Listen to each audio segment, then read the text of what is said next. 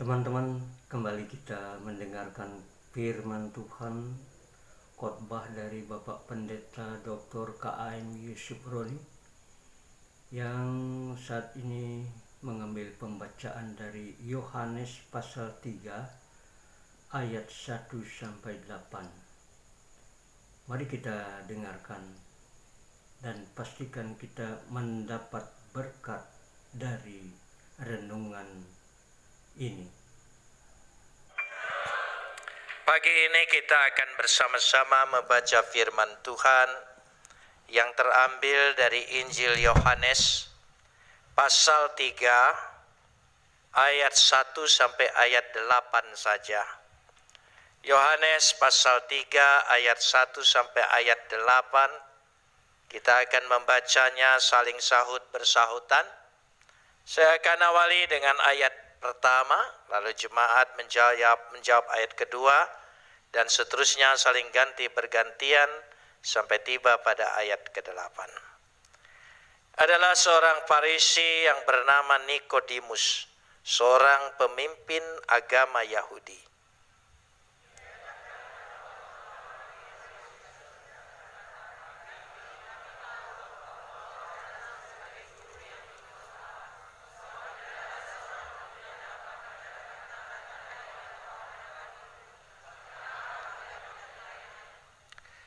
Yesus menjawab, katanya, "Aku berkata kepadamu, sesungguhnya jika seorang tidak dilahirkan kembali, kerajaan Tuhan."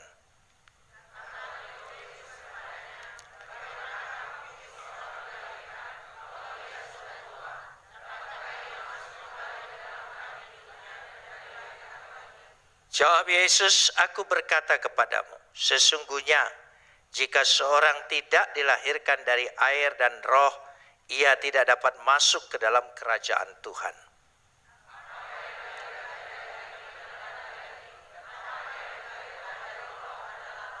Janganlah engkau heran karena aku berkata kepadamu, kamu harus dilahirkan kembali.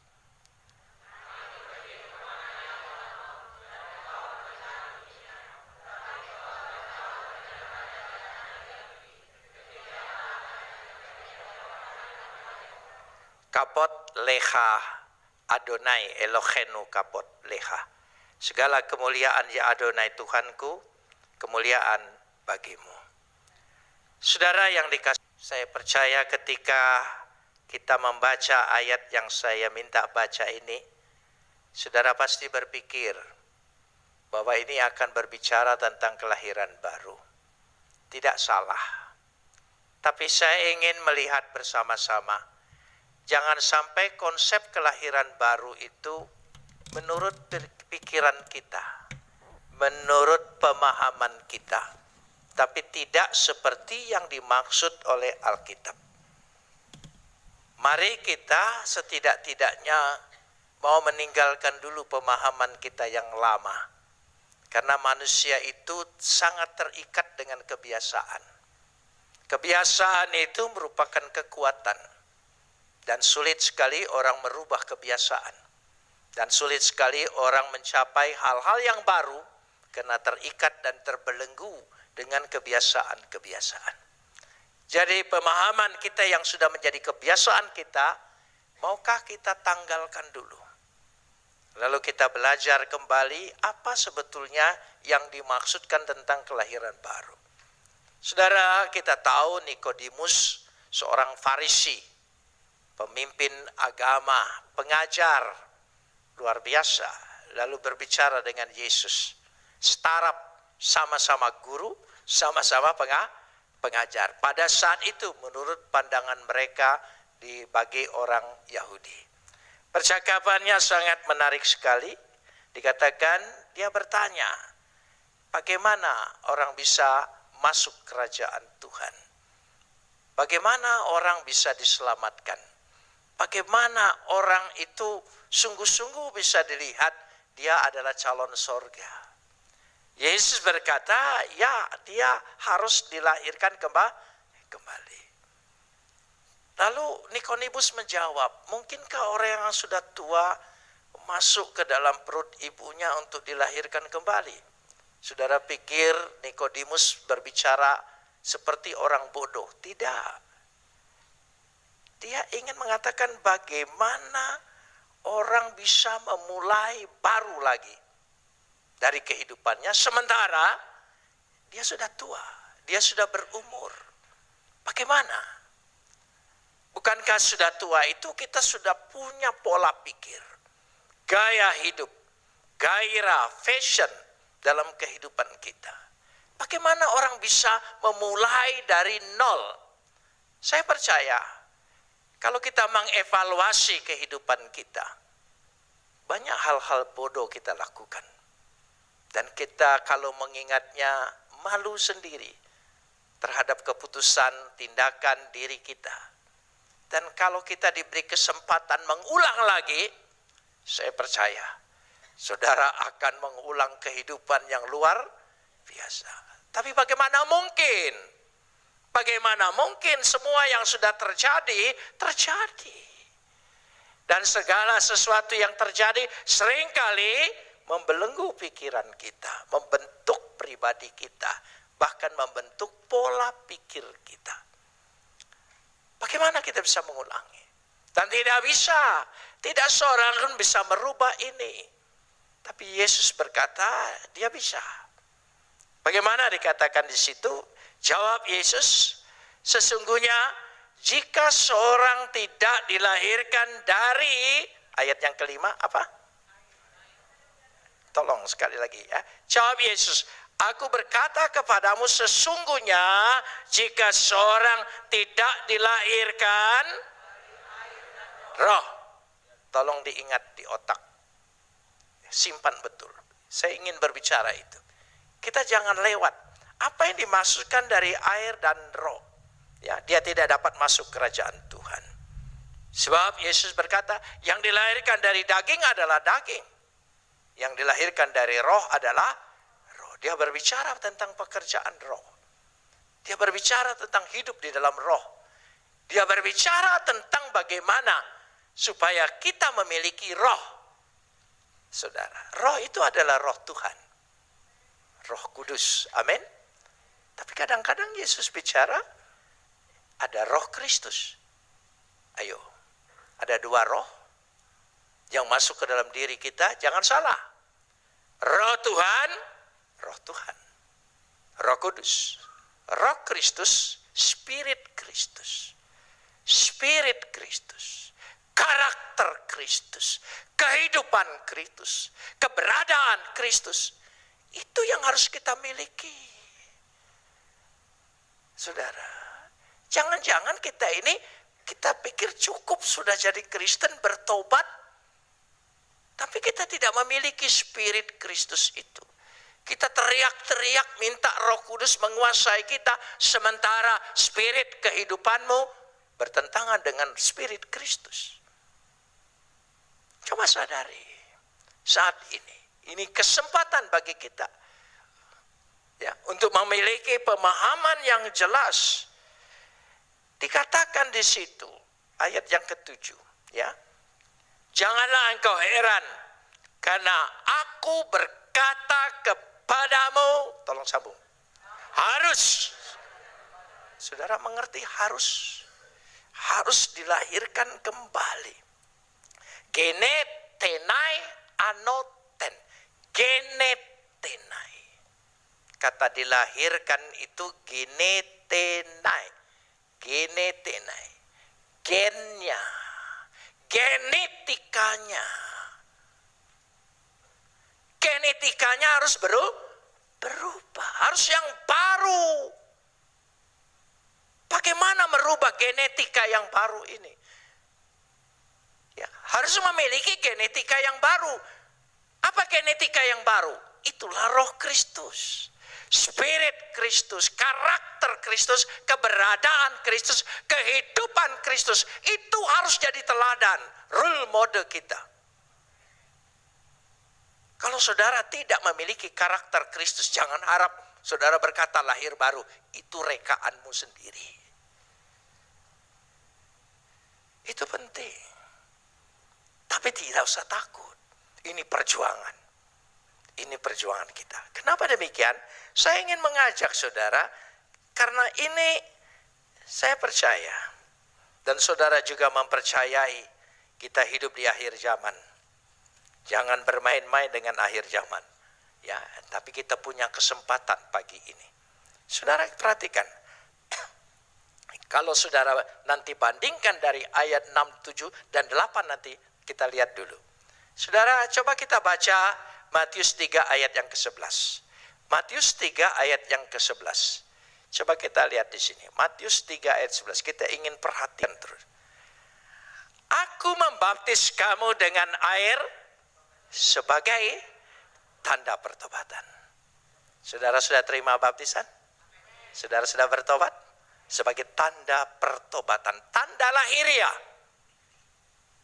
Dibaptis itu lahiriah. Pertobatan itu lahiriah. Ada satu keputusan, satu kesadaran akan dosa kita tinggalkan. Itu tindakan lahiriah. Tetapi ia yang akan datang kemudian padaku lebih berkuasa daripadaku, dan aku tidak layak melepas kasutnya. Tolong sambung. Dia akan baptiskan kamu dengan Roh Kudus dan api. Berarti ada dua aspek perkataan sini. Aspek baptisan lahiriah adalah baptisan Yohanes. Aspek spiritual, aspek rohani adalah yang dikerjakan oleh Kristus. Tolong ingat, engkau sudah dibaptiskan dengan Roh Kudus? Ya, mulai ragu jawabnya. Amin, saudara. Sudah dibaptis dengan api? Kapan? Jangan amin dulu, saudara. Ya, nanti camkan, taruh ini. Nanti akan dibahas. Apa yang dimaksud api? Apa yang dimaksud roh? Berarti ada pekerjaan roh. Pekerjaan roh. Pekerjaan roh yang dikerjakan dalam roh kita. Pekerjaan. Roh Kristus adalah spirit Kristus. Karakter Kristus. Kehidupan Kristus. Keberadaan seperti Kristus. Tolong ingat. Keberadaan seperti Kristus. Saudara sudah dalam Kristus? Jangan enak aja. Keberadaanmu sudah dalam Kristus belum? Keberadaanmu. Karena itu pada ayat 8 dalam Yohanes ini, coba kembali lagi. Dia berbicara perumpamaan ini. Diulang kembali. Angin bertiup kemana ia mau, dan engkau mendengar. Ya, angin bertiup. Ya, dan engkau mendengar bunyi. Tapi engkau tidak tahu dari mana ia datang, kemana ia pergi. Angin itu dirasakan, tapi kita tidak tahu. Ya, bentuknya kita tidak tahu. Akibat angin ada, dikerok saja. Ya, itu akibat masuk angin, saudara ya. Demikianlah halnya tiap-tiap orang lahir dari roh. Artinya, saudara, ada pekerjaan secara spiritual.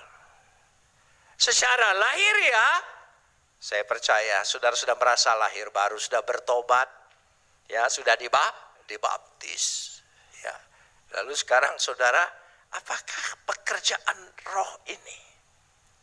Pekerjaan roh ini kalau kita lihat bersama-sama, kita ingin lihat sesuatu yang dikerjakanlah. Ya. Supaya ada spirit. Saudara tahu, hidup ini dikemudikan oleh pola pikir.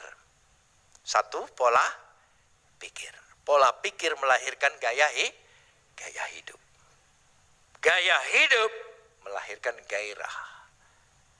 Gairah, semangat, spirit. Tiga hal ini.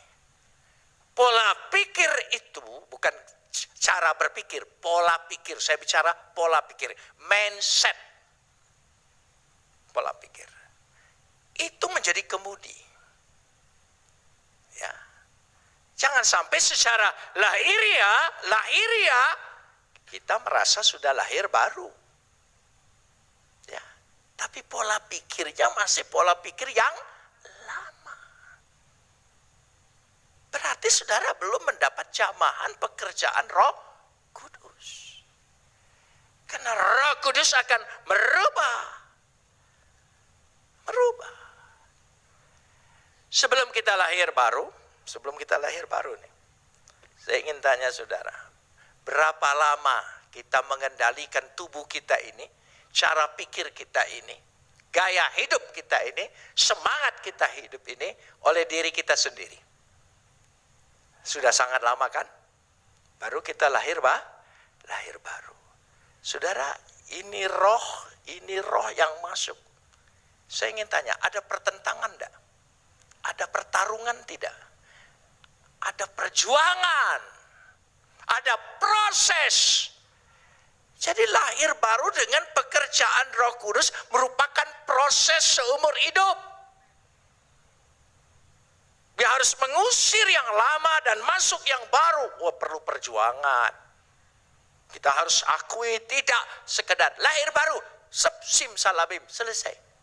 Nah, bukan magis dia, tapi proses membentuk karakter kita seperti karakter Kristus. Perjuangan saudara. Dan perjuangannya itu lewat pergumulan. Dan Tuhan izinkan lewat apa? Masalah, pergumulan, penderitaan, kesusahan, sakit penyakit, itu yang dimaksud api. Api itu adalah pemurnian. Supaya engkau dimurnikan. Seperti Musa melihat di semak belukar ada api. Di tengah-tengah semak belukar yang tidak ada arti, di situ terjadi pemurnian. Petrus berkata, emas itu harus dimurnikan dengan api.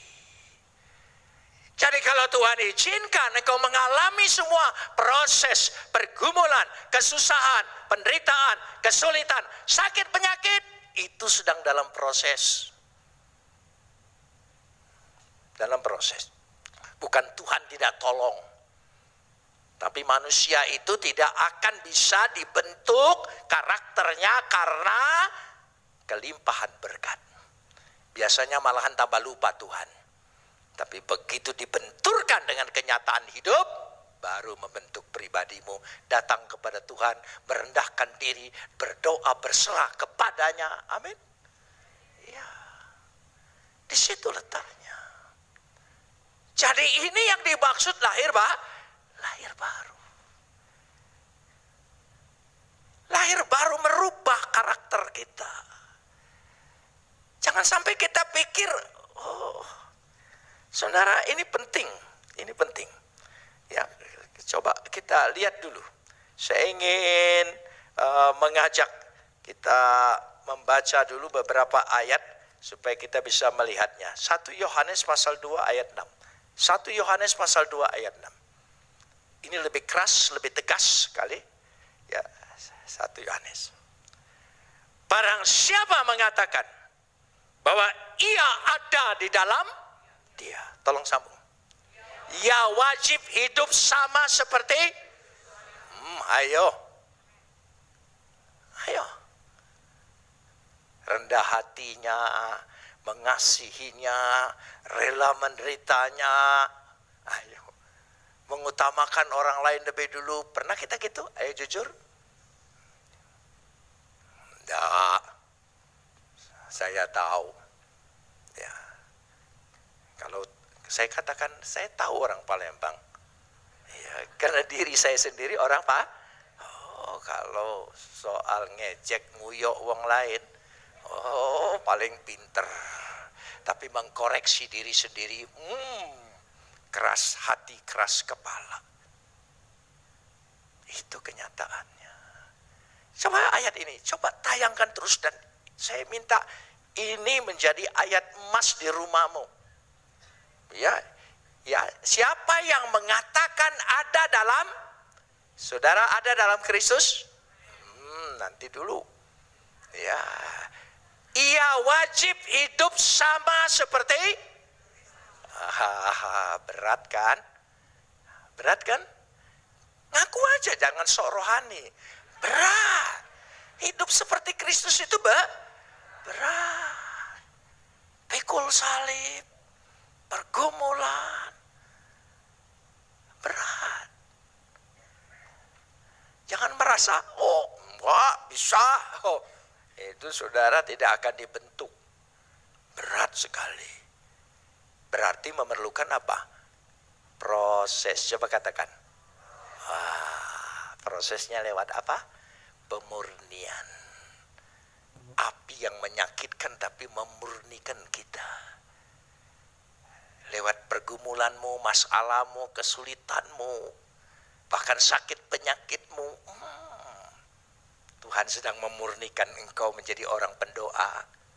Kalau enggak sakit, enggak doa. Saudara, jadi lewat itu. Saudara sebagai orang percaya sudah masalah, jangan saudara pikir Tuhan tinggalkan kita. Tuhan sedang memproses kita. Dan kalau kita taat, kita lulus. Jadi tanya Tuhan itu, Tuhan tolong, bukan. Tuhan, apa maksudmu? Apa yang aku harus kikis dalam hidupmu? Ampuni aku. Dia proses terus. Jangan pikir lahir baru itu. Kadang-kadang saya tidak ngerti. Sudah lahir baru. Lahir baru tidak bisa sudah. Saudara. Sudah lahir baru. Apa buktinya? Hanya baptisan selam. Ya. Sudah terima bertobat. Hanya gitu saja. Tapi karakternya, cara hidupnya tetap sama. Tidak bisa. Coba jangan dihilangin ayat ini. Karena ini, saudara, kita bicara hidup dalam Kristus. Hidup dalam Kristus itu adalah, kita lihat, hidup dalam Kristus itu adalah seperti Kristus telah hidup. Satu, catat itu. Kita catat itu dulu. Sekarang kita masuk kepada yang kedua. Ya, kepada yang kedua, yaitu Roma pasal 8 ayat yang ke-1. Roma pasal 8 ayat 1. Kita lihat dulu itu. Roma pasal 8 ayat 1. Ini ayat favorit orang Kristen. Senang sekali dia. Demikianlah sekarang tidak ada lagi penghukuman bagi mereka yang ada. Oh, amin. Oh, betul begitu, saudara. Tidak ada lagi penghukuman. Penghukuman. Saya ingin bicara penghukuman. Ya, bahasa Yunaninya disebut katakrima. Katakrima. Saya tidak sempat kasih multimedia. Katakrima. Ya, tidak ada penghukuman, itu namanya penghukuman. Katakrima. Satu. Ada yang kedua. Ya, katakrima. Kataraomai. Kataraomai. Spellnya saya baca supaya mudah ditulis. Ya, yaitu kataraomai, tingkat 2. Yang ketiga yaitu anatema. Anatema. Saudara, 3 kata ini punya tingkatan. Ya. Katakrima tingkatannya bukan hukuman, tapi kutuk. Kutuk. Tidak ada lagi kutuk. Amin. Oh, luar biasa, tidak ada lagi kutuk. Kutuk yang tidak bisa dibebaskan, dilepaskan. Tidak bisa, kecuali ada kekuasaan yang paling tinggi. Khotbah saya pagi ini nyambung dengan khotbah saya 3 seri besok. Tolong diingat, ya. Katakrima. Kalau kataraomai itu bisa ditebus. Bisa ditebus. Ya, dengan membayar, dengan ya saudara dikutuk itu, dikucilkan dari suku dan sebagainya, cukup saudara datang membayar dendanya, itu kataraomai, itu bisa ditebus. Anatema terkutuk juga. Terkutuklah orang yang memberitakan Injil kalau tidak sama dengan kami. Dia bertobat, kutuknya lepas. Tapi kata terima, tidak bisa bebas. Itulah kutuk kuasa dosa. Kuasa dosa. Gak bisa. Bahasa Ibraninya lebih lagi. Dikatakan di situ. Ya, cherem, itu kutuk yang sama dengan kata krima. Allah itu di bawahnya. Dan yang ketiga, arar. Di bawah lagi. Yang keempat, kelala. Itu kutuk semua terjemahannya kutuk. Tapi kelala itu ya jangan mengutuki orang yang mengutuki engkau, kelala itu. Ya, tidak usah dibalas karena impas. Ya, tidak ada upahnya. Kalau engkau tidak membalas, engkau diupah oleh Tuhan. Itu kelala. Tapi kalau ditingkatkan yang kedua, itu arar. Arar dikutuk oleh orang tua. Ya, saudara bisa ditebus dengan datang, maaf, mohon. Ya, kan orang tua kita itu suka ngutuk kan. Apalagi wong Palembang, gampang sekali. Ya gitu, dikutuknya jadi sepait lidah. Saudara ya, itulah. Jadi halal dan kherem itu tidak bisa dibebaskan. Kherem. Hanya satu kekuasaan yang paling tinggi bisa menebus, membebaskan kutuk itu. Terkutuklah orang yang tergantung di kayu salib. Dijalani oleh Yesus. Dijalani oleh Yesus. Jadi kita yang ada dalam Kristus, ya di dalam Kristus tidak ada lagi apa? Penghukuman. Saudara ada dalam Kristus? Ini bahasa Indonesia ini kadang-kadang hilang maknanya. Ya, hilang maknanya. Ya, bahasa Ibrani itu ada tambahan di ayat ini. Bahasa Yunani ada tambahan. Mekatasarka peripatosin ala kata pneuma. Apa dalam Kristus itu? Mereka yang tidak hidup menurut daging, tetapi menurut dalam roh. Itu. Bahasa Indonesia tidak ada tambahan itu. Sehingga orang pikir dalam Kristus, ayo. Saudara mengerti dalam Kristus, cukup dibaptis. Ada lagi, cukup beragama Kristen. Nah itu. Maka itu bukan lahir baru. Saya sudah Kristen, ada dalam Kristus. Enak aja. Ya, saya sudah lahir baru, sudah ke gereja melayani. Nah, lihat itu. Ya di bawahnya mekatasarka, tidak hidup dalam daging. Peripatosin ala kata pneuma, dia harus hidup di dalam roh. Harus hidup dalam roh. Hidup di dalam roh adalah memiliki roh itu. Artinya spirit kita berubah. Coba di New King James Version, tolong ditayangkan ya, yang tadi saya minta. Di New King James Version itu ada. Di terjemahan Indonesia tidak ada. Ya. Yang saya tebali. Who do not according to the flesh, but according to the Spirit. Jelas sekali. Dalam King James Version itu ada. Dalam bahasa Indonesia, kepotong kan ini tadi? Kepotong, tidak ada. Sehingga membuat orang Kristen di Indonesia merasa lahir baru itu yang penting sudah beragama Kristen. Bukan, harus hidup. Tidak lagi dalam daging, tapi di dalam roh. Hidup di dalam roh tadi. Itu penting sekali. Ya, penting sekali. Ya, kembali lagi kepada Roma pasal 8 ayat 1. Roma 8 ayat 1 tadi. Ya, kalau kita lihat. Ya. Jadi, demikianlah sekarang tidak ada lagi penghukum, tidak ada lagi kutuk bagi mereka yang ada dalam Kristus Yesus. Yang tidak hidup menurut daging, tapi menurut roh. Itu. Dalam Kristus itu tidak lagi dalam daging, tapi dalam roh. Itu penekanannya. Ya, Kalau dalam roh berarti sama. Baru nyambung ayat 2. Ya, Roma 8 ayat 2. Kalau begini saja nggak nyambung. Coba Roma 8 ayat 2. Roma 8 ayat 2. Roh yang memberi hidup telah memerdekakan kamu dalam Kristus dari hukum dosa dan hukum maut.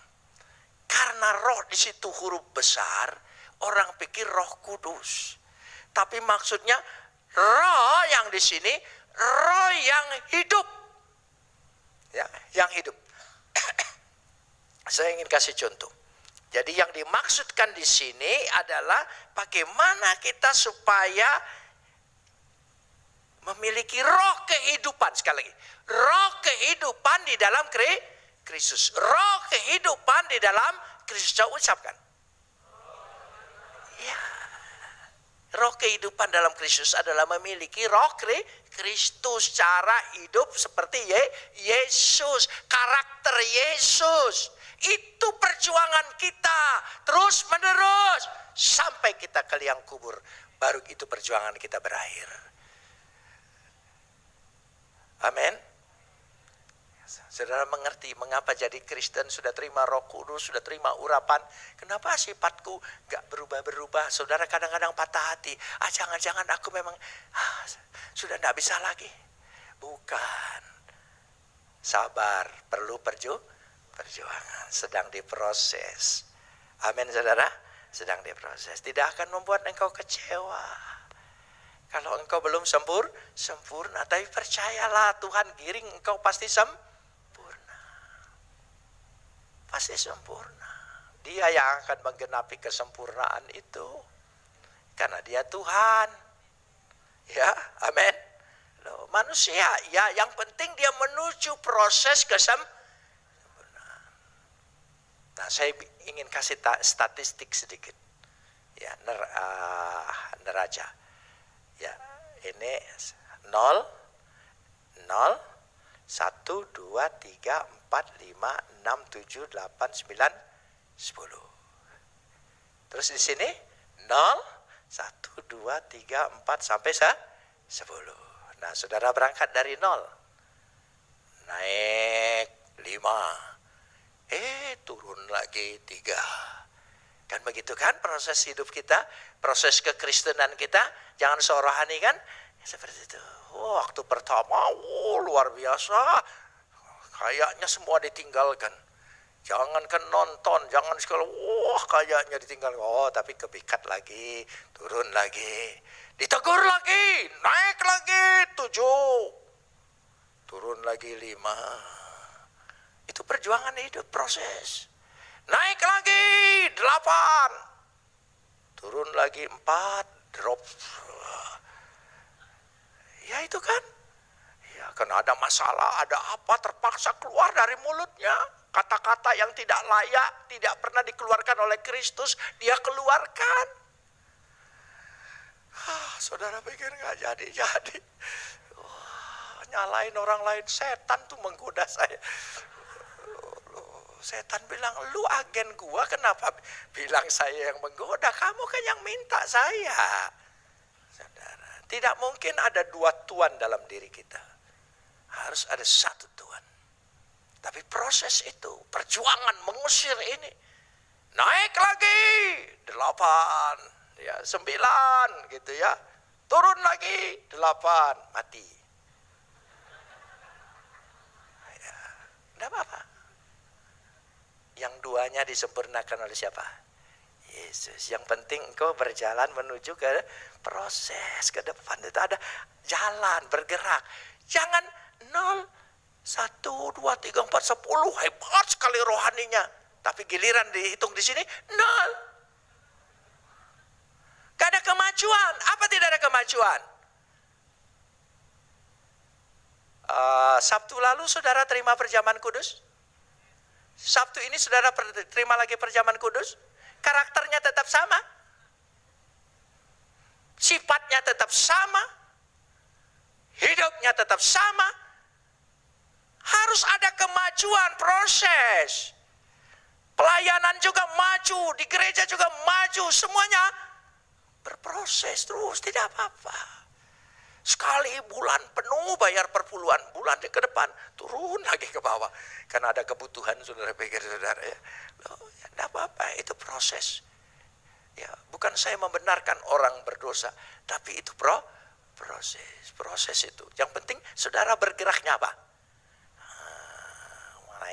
Naik turun, tapi maju, bergerak, hidup, itu pekerjaan roh, itu angin bertiup. Ya. Angin kalau bertiup, kapal layar, jalan nggak? Jalan. Anginnya luar biasa, panasnya luar biasa. Jakarta panasnya sampai 40. Saya sedang pikir kenapa matahari itu tidak dikasih paracetamol. Kan bisa turun panasnya kan. Aduh. Loh, iya, yang penting ada kemajuan. Jadi terima perjamuan kudus ini, minggu depan terima lagi. Ada perbaikan diriku. Karakterku makin mendekati karakter Kristus. Beri kemuliaan bagi Tuhan. Amin. Loh iya, pelayananku makin ditingkatkan. Jangan nonton terus, simpatisan terus, terlibat. Amin, ambil bagian. Dulu ini, saya mau ningkat. Jangan peduli orang lain. Amin. Itu, tingkatkan. Dulu doa 3 menit. Minggu depan 5 menit. Saudara ya, enggak banyak-banyak saya minta. Memang enggak bisa banyak kan, saudara? Ayo, kan jujur. Sebab kalau banyak, saudara ngelamun kan. Nah, kita mikir kemana-mana. Karena enggak ada pokok doa. Ambil pokok doa gereja, beban jemaat, ambil doakan. Amin. Tingkatkan terus. Ayo, itu angin bertiup. Holland itu negeri kincir angin. Karena angin, pertanian, semua penggilingan, gandum, semua bisa berjalan. Semua berubah. Dari biji gandum menjadi gandum, berubah. Nah begitu juga kalau memang Roh Kudus itu bertiup dalam dirimu, kau tidak bisa membuktikan dari mana dia datang, bagaimana mulainya. Tidak ada rumusan. Tidak ada rumusan dalam pekus. Yang ada imani, kesediaan, amin. Dia melakukan itu. Itu proses. Ayo, kita harus betul-betul lahir baru, ya, berkeadaan seperti Kristus. Tolong saya, berkeadaan seperti Kristus. Bukan hanya ada dalam Kristus, tapi apa? Berkeadaan bagaimana tadi? Mekarta sarka, tidak hidup dalam daging, tapi hidup dalam roh. Ini penting. Bukan urusan Pentakosta, karismatik, bukan. Alkitab. Kalau soal aliran, aku ini Protestan. Loh iya, orang Metodis. Gitu. Disuruh tugas luar, gak dipulang-pulangin. Nah, bukan salah aku. Ya, Bishop Sitorus yang tugasin saya keluar. Dia meninggal, sudah. Ya, di luar terus ya. Jadi itu penting sekali. Bahwa kita sungguhnya ada sebuah perubahan. Coba lihat lagi. Roma 12 ayat 2. Apa yang dimaksud? Supaya kita perlu perjuangan. Kita harus beda. Roma 12 ayat 2. Janganlah kamu menjadi apa? Serupa dengan dunia. Oh ini berat. Serupa dengan dunia. Tetapi berubahlah oleh pembaharuan apa? Budimu. Budi itu akal budi, pikiran, pola pikirmu. Beda pola pikir kita. Sama-sama cari uang. Sama-sama ingin sukses. Sama-sama ingin berhasil. Tapi beda. Kita ingin menjadi saksi Tuhan, memberkati orang lain. Ya, berkatilah aku Tuhan supaya aku bisa memberkati orang lain. Itu pola pikir kita. Sama-sama. Bukan berarti lalu saudara, aku enggak usah kaya lagi. Miskin baik. Sudah, jual galo. Itu goblok. Itu saudara ya. Lalu iya. Itu iya. Kita kan sekarang punya menteri pendidikan kan bosnya Gojek. Ya, GoFood, GoClean, nanti GoSchool. Ya, kalau nggak naik-naik ya goblok ya. Ya itu saudara ya.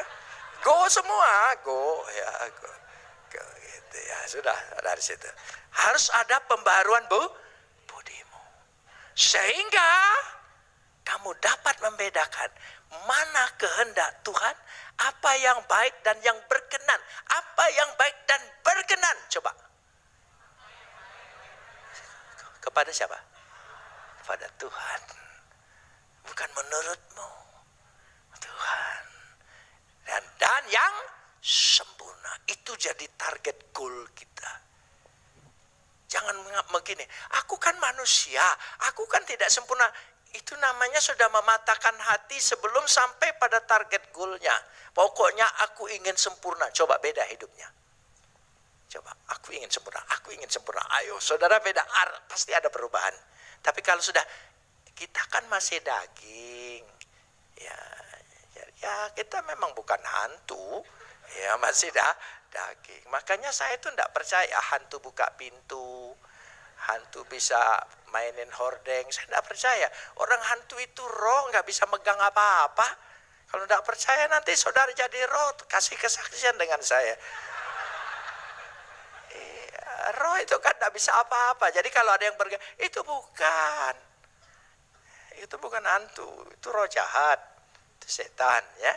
Jadi sehingga kamu bisa membedakan mana kehendak. Berarti kita ini harus hidup menurut apa? Kehendak Tuhan. Kehendak Tuhan. Ayo kita mau jujur-jujuran, terbuka sama-sama wong kita. Ya, kita punya kehendak ada. Oh banyak kehendak. Itu manusia. Bertarung dengan mengikuti kehendak Tuhan. Apa itu bukan proses? Apa itu bukan perjuangan?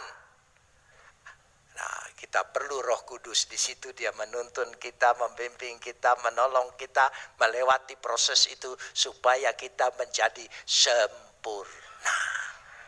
Amin, saudara. Iya, Roh Kudus itu menopang di situ. Ya. Jadi bukan hanya pada waktu kebaktian kita perlu dia datang. Dia menetap, bukan hinggap.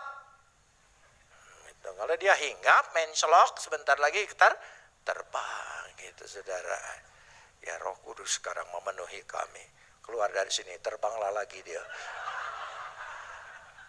Gitu, kaget minggu depan aku minta lagi, datang lagi dia. Gitu, seperti itu. Tidak, ingin tetap tinggal. Ya, dikatakan Roh Kudus itu bagus sekali bahasanya. Pneuma, oikos pneuma, oikos. Oikos itu harfiahnya rumah, kediaman. Jadi dia tinggal dalam diri kita, menetap, diam di rumah kan. Kalau kadang-kadang datang, kadang-kadang enggak, namanya indekos. Bukan oikos. Saudara, ya. Jadi dia menetap.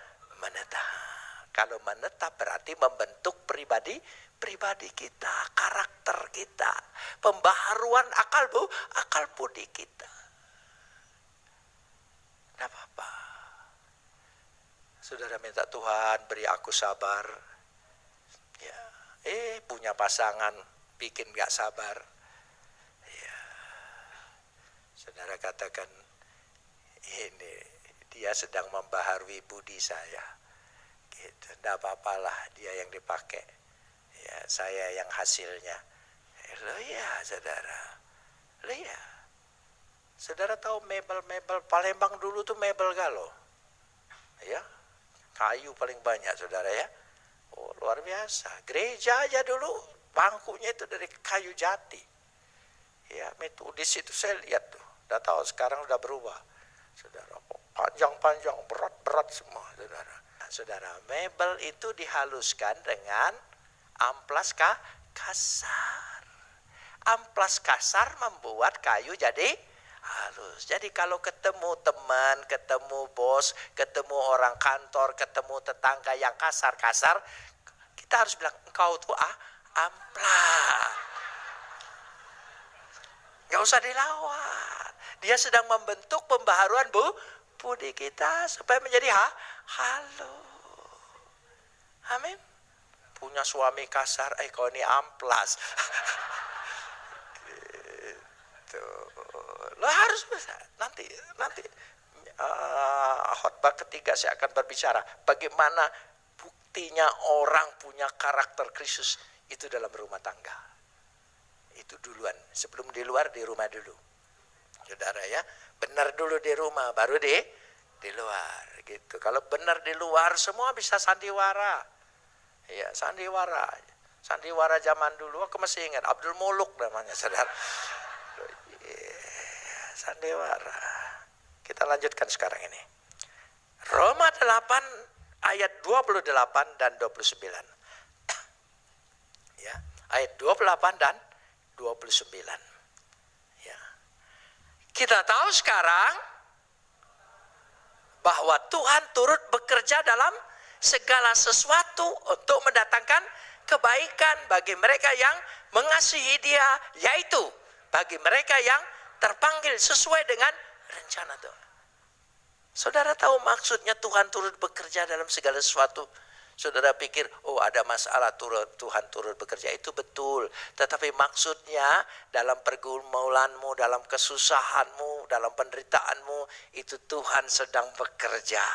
Supaya mendatangkan kebaikan, menjadi baik bagi dia yang mengasihi dia. Supaya sesuai dengan rencana Tuhan. Apa rencana Tuhan? Supaya setiap orang percaya pada Kristus harus seperti Kristus. Itu rencananya. Jangan bikin rencana sendiri. Ya, tidak boleh ada visi lain kata Bapak Presiden. Nah, itu. Jadi kita tidak boleh ada rencana lain. Rencana Tuhan. Rencana Tuhan itu supaya kita yang dipanggil ini tidak terhilang. Tidak terhilang. Ini akhir zaman. Ini akhir zaman. Saya harus mengingatkan ini. Supaya hidup kita lurus semua. Amin, saudara. Bukan kita sudah sempurna. Tapi kita sedang berjuang menuju sempurna. Bukan kita sudah lengkap. Kita sedang proses menuju kelengkapan itu. Ya, saudara. Dan masing-masing orang punya gaya sendiri prosesnya. Tidak usah disamakan. Tidak usah dituntut, biarlah proses. Tapi harus ada kemajuan, jangan mandek terus. Dia harus ada proses, maju. Iya, zaman dulu, zaman sekarang. Aku kemarin jalan-jalan ke Pasar Kuto, tidak ciren lagi ya. Berubah galau, beda dengan zaman Bingen. Tahu enggak zaman Bingen? Itu orang Palembang asli ngomong tuh kalau zaman dulu tuh Bingen. Ah, gitu saudara. Itu bedanya. Ayat 29. Ya. Sebab semua orang yang dipilihnya dari semula, mereka yang ditentukannya dari semula untuk menjadi apa? Serupa. Saudara mengerti serupa?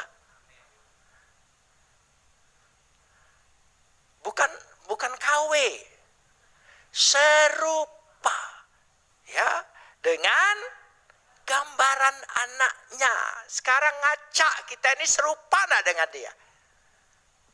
Mulut kita, kasih kita, pengampunan kita, karakter kita serupa nak? Ayo jujur. Itu jangan sudahlah. Biar pendeta juga sama-sama jujur aja lah, ya, saudara ya. Nanti daripada jemaat masuk surga, pendetanya enggak. Oh, iya. Loh, kenapa dia enggak masuk? Ya gitu. Dia enggak serupa. Nah, gitu. Jadi serupa enggak gitu. Jadi sering-sering ngaco lah. Gitu. Jadi aku nih rupa siapa gitu ya. Nah gitu. Rupa siapa itu menunjukkan anaknya Siapa?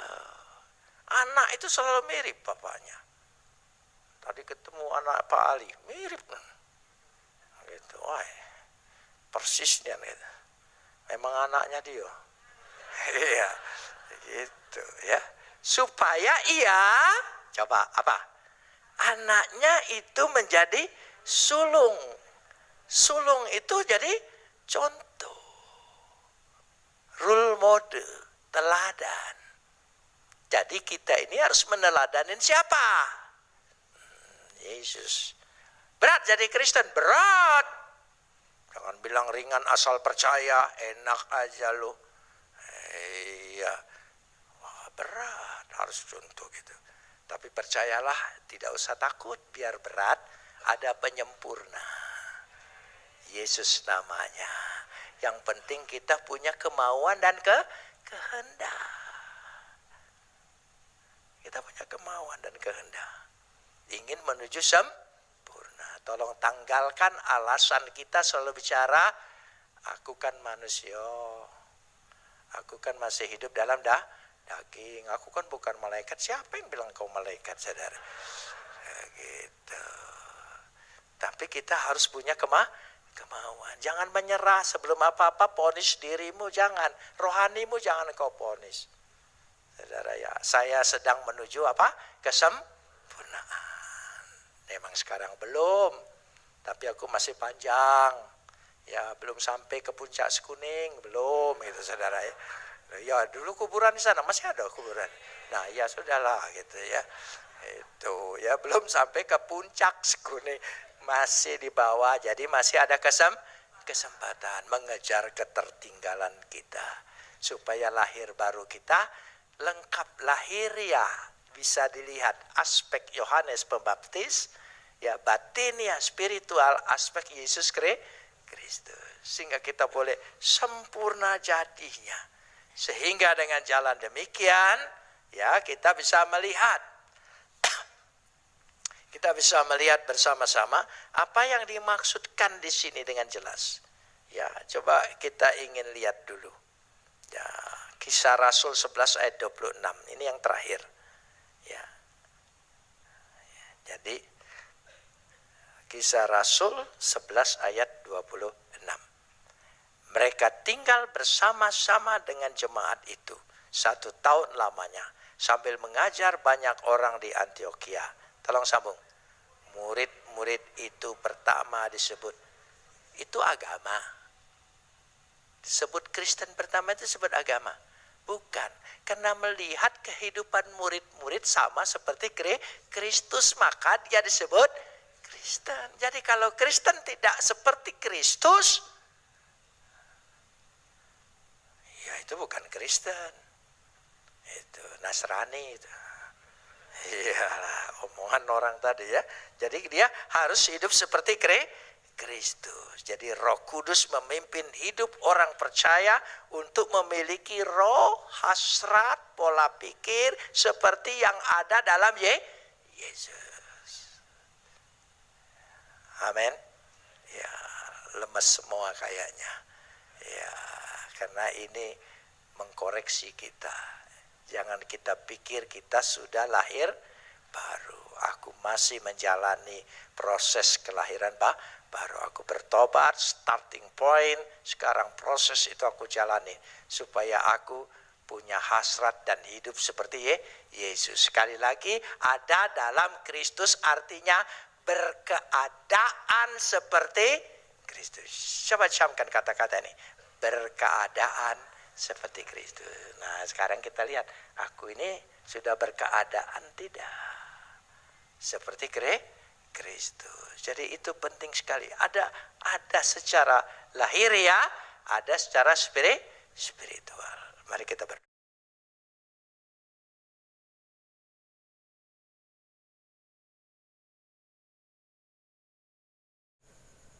Terima kasih sudah mendengarkan khotbah ini. Dan jangan lupa tonton video-video saya yang lainnya. Juga tentang firman Tuhan yang dibahas oleh para pendeta yang ada di negeri ini. Terima kasih.